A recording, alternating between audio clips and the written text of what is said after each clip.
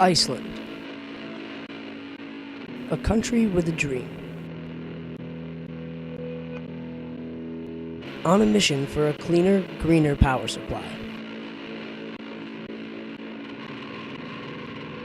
This is the search for the ultimate fuel.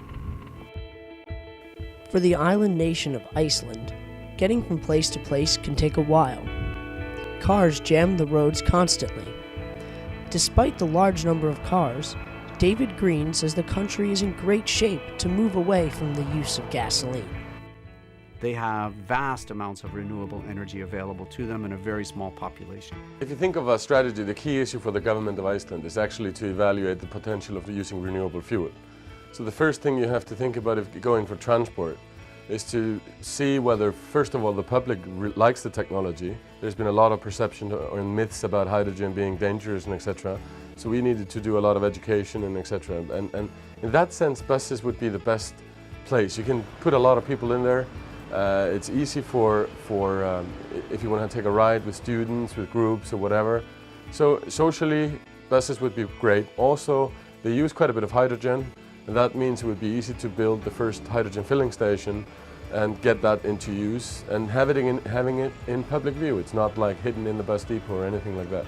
It's a very important part of the statement from the government side to aim for a hydrogen society. Government support was crucial in this endeavor for a new power supply. To do it without a government support would be very, very difficult. We would never have been where we are today here in Iceland if we wouldn't have the positive attitude of the government. So we realized we want just to take the hydrogen filling station directly out to the public.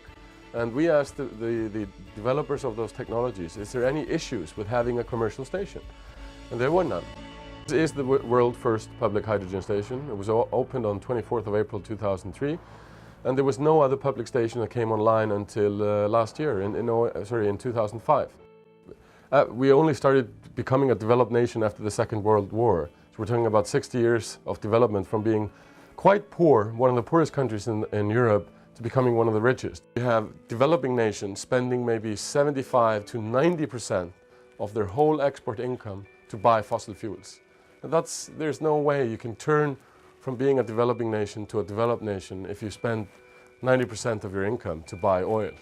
And they are looking at us. If Iceland can create a hydrogen society like that, maybe we can do also and become a renewable island just as Iceland. Hydrogen power is quickly gaining support throughout the nation. It's one of the things what people see with hydrogen.